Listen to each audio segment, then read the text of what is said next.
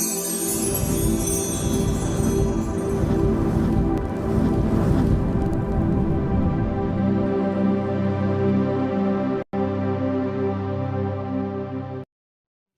Friends, how are you all? Welcome to my first tot. আশা করি তোমরা সবাই ভালো আছো, সুস্থ আছো, উন্নতি করছো। এবার দেখবো তোমাদের আগামীকালে কি এনার্জি আছে। মাথায় রেখো, জেনারেল রিডিং কিন্তু কিছুটা মিলবে, কিছুটা নাও মিলতে পারে, পুরোটা হয়তো না মেলার সম্ভাবনাও থাকতে পারে। ওকে, তো দেখি কালেকটিভে আগামীকাল কি ঘটতে পারে। এঞ্জেলস প্লিজ আমাকে দেখাও কালেকটিভে এনার্জিতে আগামীকালে কি এনার্জি আছে। Four of pentacles, ace of wands আর নাইট অফ পেন্টিকেলস। এখানে যে মন মানে এখানে কিছু কাজ হয়তো তোমার আটকে ছিল, সেটা কিন্তু স্লোলি হলেও একটা ওপেন আপ হবে। কিছু কাজ যেগুলো বাকি ছিল, কিছু কাজ যেটা যেটা শুরু হচ্ছিল না, অনেক দিন ধরে পেন্ডিং ছিল, সেই কাজগুলো কিন্তু ধীরে ধীরে এগোনোর চেষ্টা হবে। এখানে কর্মক্ষেত্রে কিন্তু উন্নতি আছে, সেখানে কিন্তু আমি যা দেখতে পাচ্ছি স্লোলি হলেও এগোবে, কাজ নতুন কাজ আসবে। হাত গুটিয়ে বসেছিলে, এবার কিন্তু আস্তে আস্তে কাজের জন্য বেরোতে হবে, এখানে যা দেখতে পাচ্ছি। এঞ্জেলস প্লিজ আমাকে আরেকটু ক্লিয়ারিটি দাও, কর্মক্ষেত্রে বা সাধারণ জীবনে কি ঘটতে পারে। এখানে নাইট অফ সোর্স, অনেক ইনফরমেশন আসবে, অনেক কিছু দ্রুত তোমার কাছে খবর আসবে। কিং অফ সোর্স আর জাজমেন্ট, কিছু যদি মামলা মোকদ্দমাও থাকে বা কোনো অফিসিয়াল কাজের নোটিশ থাকে, সেখানে কিন্তু তোমার নোটিশ আসবে।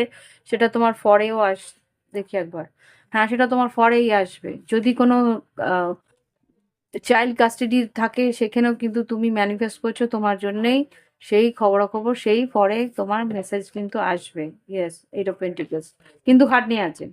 ওকে, খাটনি আছে, সেটা কর্মক্ষেত্র বলো কি এমনি সাধারণ যা যা কর্ম আছে। এবার লাভ লাইফের এনার্জি দেখবে। জাস্ট লাভ লাইফে কি এনার্জি আছে আগামীকালে, লাভ লাইফে কি এনার্জি আছে আগামীকালে, প্লিজ আমাকে দেখো। লাভ লাইফে কি এনার্জি আছে আমাকে দেখো। লাভ লাইফে ইনোসেন্স, ইনটিউশন আর অ্যাওয়েকনিং। এখানে যেটা বুঝতে পারছি, তোমাকে বলছে সহজ সরলভাবে সবকিছু বোঝার চেষ্টা করো, কোনো জিনিসকে জটিলতা নিয়ে না। এখানে তোমার ইনটিউশন যেটা বলছে সেটাকে বোঝার চেষ্টা করো, তাতে কিন্তু তোমার জাগৃতি আছে, তাতে কিন্তু সোল অ্যাওয়েকনিং আছে। তুমি কিন্তু অবহেলা করছো, হয়তো বা চয়েস করছো না, চুজ করছো না। তোমাকে সঠিকভাবে চুজ করতে হবে। আর চুজ যদি না করতে পারো, নেচারের কাছে যাও। আর কিছু জিনিস তোমায় রিলিজ করে দিতে হবে, যেই জিনিসগুলো তুমি আঁকড়ে ধরে বসে আছো, বা যে কোনো একটা পরিস্থিতি তুমি আঁকড়ে ধরে বসে আছো বলে কিন্তু তোমার হিলিং হচ্ছে না। তোমার ভিতরের যে যন্ত্রণা, সেটাকে তুমি আঁকড়ে ধরে বসে আছো বলে কিন্তু তোমার হিলিং হচ্ছে না, সেটাকে রিলিজ করো।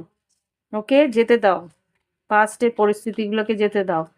লাভ লাইফের চেঞ্জ, লাভ লাইফে চেঞ্জ আসছে। চেঞ্জ কিন্তু তোমার উইন্ডে চেঞ্জ আসছে, সেঞ্চুয়ারি আর ফ্রিডম। তুমি তোমার ভিতরে একটা শান্তির পরিস্থিতি আসবে যখনই তুমি এই রিলিজটা করবে। তারপরে ওয়াও, তারপরে কি হবে?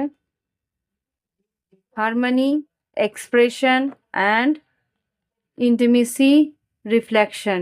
এখানে যা বুঝতে পারছি, তারপরে তুমি যখনই রিলিজ করে দেবে ভিতরের পেইনটাকে, তুমি যখন রিলিজ করে দেবে, তুমি যখন যেতে দেবে যে যা হয়ে গেছে হয়ে গেছে, আমি এখন নিজের মতন করে বাঁচবো, যা ঘটে গেছে ঘটে গেছে, তখনই কিন্তু তোমার জীবনে একটা হারমোনি, একটা শান্তির পরিস্থিতি আসবে, একটা সমন্বয়ের পরিস্থিতি আসবে।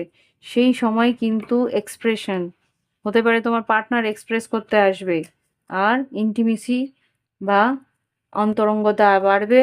রিফ্লেকশন, যেটা তুমি চেয়েছিলে মনের মধ্যে, সেইটাই কিন্তু 3D-তে প্র্যাকটিক্যাল লাইফে রিফ্লেক্ট হবে। ওকে, ওকে, ডিভাইন টাইমিং, এ দেখো প্রোটেকশন, তোমাকে কিন্তু ঈশ্বর প্রোটেক্ট করে রেখেছে। আর এখানে সত্যিটা তোমার সামনে আসবে সঠিক সময়ে। কম্প্যাশন, তোমার পার্টনার কিন্তু তোমার প্রতি মায়া মমতা ভালোবাসা দেখাবে সেই মুহূর্তেই, যেই মুহূর্তে তুমি নিজের প্রতি মায়া মমতা ভালোবাসা দেখাবে। ওকে, তো গাইডেন্স কি আছে দেখি, জাস্ট গাইডেন্স কি দেবে। ইমাজিন, ইমাজিন মানে তুমি মনের মধ্যে যেরকম জীবন তুমি চাইবে, সেরকম জীবনই তুমি পাবে। মনের মধ্যে কিরকম জীবন চাইছো? আড়ষ্ট হয়ে থাকা, নাকি নিজেকে আনন্দে উদ্ভাসিত করা, নিজেকে আনন্দের মধ্যে বিলিয়ে দেওয়া। হুম?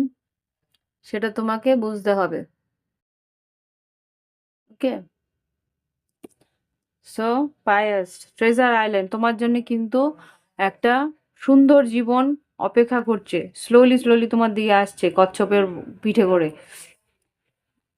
আমি বলব যদি তোমরা হিন্দু হয়ে থাকো তাহলে রাধাকৃষ্ণকে বা নারায়ণকে পুজো দাও।